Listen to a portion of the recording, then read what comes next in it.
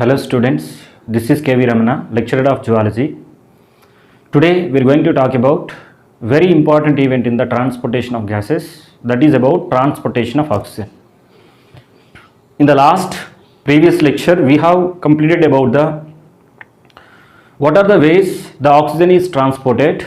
There are two ways the oxygen is transported. One is there is a very less amount of oxygen will be transported by the as a physical solution, and second one is there is a 97% of oxygen can be transported by a chemical compound.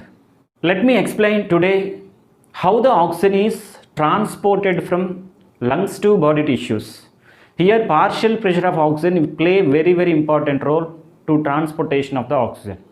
So let me explain about that, how the oxyhemoglobin is formed. What are the factors influence to formation of the oxyhemoglobin? Let me explain about a very important graph to know about the relation between the hemoglobin and partial pressure of oxygen. If you draw or upload the graph between the percentage of saturation of hemoglobin with oxygen on y-axis and the partial pressure of oxygen on x-axis, if you plot the graph, we will get a S-shaped or a sigmoid curve, right? The process of drawing the curve between the saturation of hemoglobin with oxygen and partial pressures of oxygen is called oxyhemoglobin dissociation curve, right? That means what is the fate of the hemoglobin? First of all, we have to know about the fate of the hemoglobin is transportation of oxygen. Maximum oxygen can be transported by hemoglobin from the lungs to tissues. That means in the lungs the partial pressure of oxygen is more. So the combining capacity of hemoglobin with oxygen is more. When it reaches to the tissues, the partial pressure of oxygen become a very less. It become a 20 mm of Hg. At that condition, what happens? The oxygen is released from the oxyhemoglobin, and it is a very easy to leave the oxygen from the hemoglobin to enter into the cell. That is a partial pressures which helps to transportation of oxygen. That is a main important event in the transportation of oxygen. Let me explain about this graph to understand, right? In x-axis we have taken the partial pressure of oxygen, in y-axis we have taken the hemoglobin, right? So how much hemoglobin can be saturated? That means generally we know in healthy human being 1 molecule of hemoglobin can carry 4 molecule of oxygen. 1 molecule of hemoglobin can carry the 4 molecule of oxygen, right? So the combining capacity of oxygen depends on allosteric cooperativity. The hemoglobin said to be 100% saturated. First of all, what is meant by the hemoglobin is 100% saturated? That means that hemoglobin can carry completely 4 oxygen molecule. Then we can say it is a 100% of saturation. The hemoglobin is 50% saturated. What do you mean? 50% of saturation is nothing but the hemoglobin can carry the only 2 molecule of oxygen. That means 2 molecule of oxygen can be react with the hemoglobin. It is a hemoglobin is 50% saturated. If 4 molecule of oxygen is react or combined with the hemoglobin molecule, then we can say it's said to be 100% of saturation. If you understand this, then we can understand easily, right? Where the 100% of hemoglobin saturation takes place, where the 50% of hemoglobin saturation takes place, and what is the oxygen partial pressures which responsible for formation of the saturation of hemoglobin. That's why we have drawn this graph between the oxygen partial pressures and percentage of saturation of hemoglobin with the oxygen, right? That means if you draw this graph between the partial pressure of oxygen and hemoglobin, right? So at the point of 26.7 mm of Hg, the partial pressure of oxygen the 50% of hemoglobin can be saturated, right? It means the partial pressure of oxygen is 20, the hemoglobin saturation is near about 35% of saturation. If the partial pressure of oxygen is 26.7 mm of Hg, there is a 50% of saturation of hemoglobin takes place.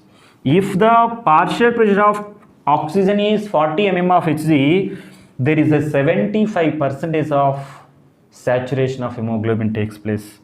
If the partial pressure of oxygen is 100 mm of Hg, the percentage of saturation hemoglobin is 97% of hemoglobin saturated. Why 100% of hemoglobin is not saturated? The reason is presence of more carbon dioxide in the tissues as well as body temperature also.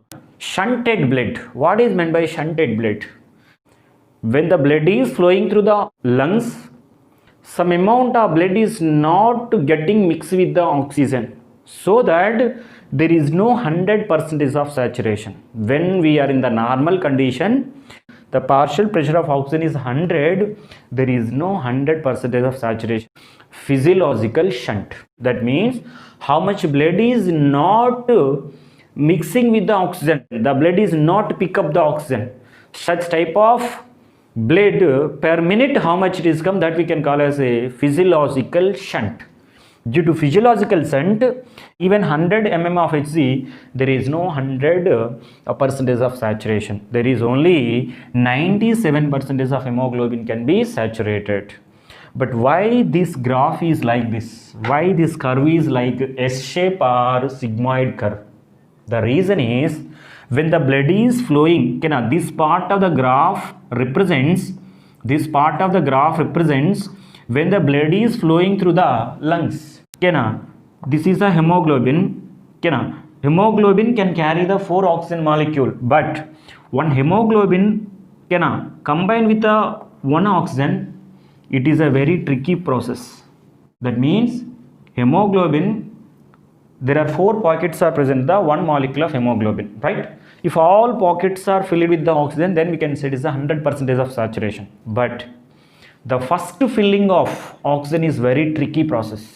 The first oxygen is enter into the hemoglobin is a very tricky process. Once the first oxygen molecule enters into the hemoglobin, there is a conformational changes takes place in the molecule of hemoglobin. Then there is a chances to take the second oxygen molecule.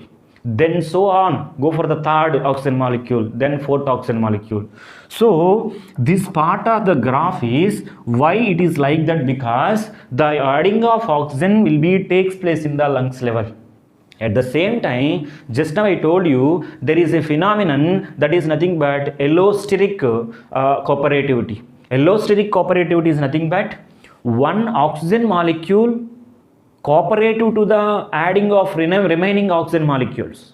Whenever the one oxygen molecule is combined with the one molecule of hemoglobin, immediately some changes will be occur in the hemoglobin molecule, then it allows the remaining molecules very easily.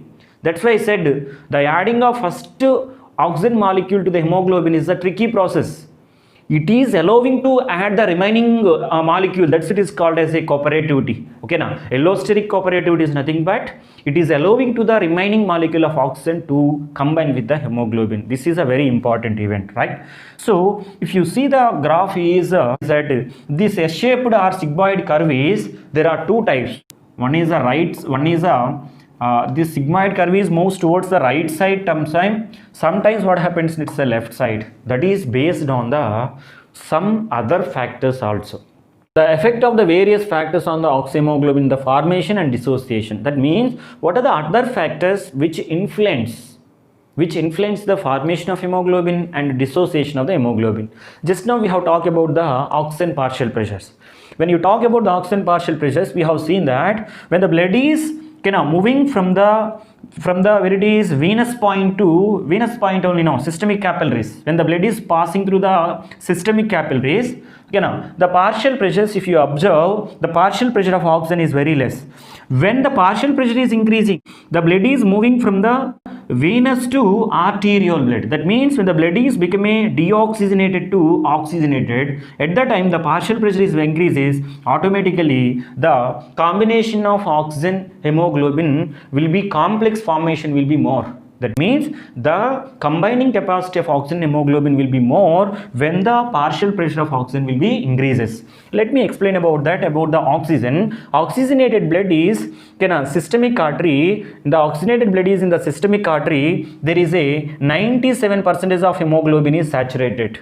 At what condition it is? At 95 mm of Hg of partial pressure. The partial pressure of oxygen is 95. There is a 97% of saturation of hemoglobin takes place. Why 100% is not possible? The reason is due to temperature, due to some amount of carbon dioxide will be remained in the blood. What is the blood is reaches to the lungs? It is not contact with the alveoli, so that what happens, no, the complete blood is not saturated. That means complete hemoglobin is not saturated, so that there is a 97% of hemoglobin could be saturated at the partial pressure of oxygen is 95 mm of Hg. See, one thing you remember, at the 40 mm of Hg of partial pressure of oxygen is 75% of hemoglobin can be saturated. This was we have seen in the deoxygenated blood. Even though in the deoxygenated blood, out of 100 in the sense, there is a 20 ml of oxygen can be carried by the 100 ml of oxygenated blood. Out of 20 ml of oxygen, 15 ml of oxygen will be remain in the deoxygenated blood. Only 5 ml of oxygen will be sent into the tissues. That means out of 100%, 75% of oxygen will be remain in the deoxygenated blood. That means in the last lecture we have discussed about this event. Each cardiac cycle 5 ml of oxygen can be reaches to the cells. Rest of the 15 ml of oxygen will be remain in the deoxygenated blood. Right? The partial pressure of the oxygen in deoxygenated blood is 40 mm of Hg. At the 40 mm of Hg of partial pressure of oxygen also there is a 75% of hemoglobin saturated. Right?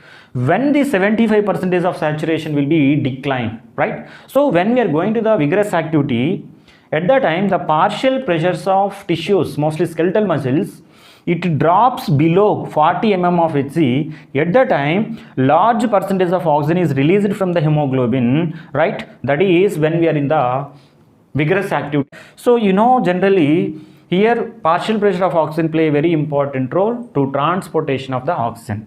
And some other factors also influence.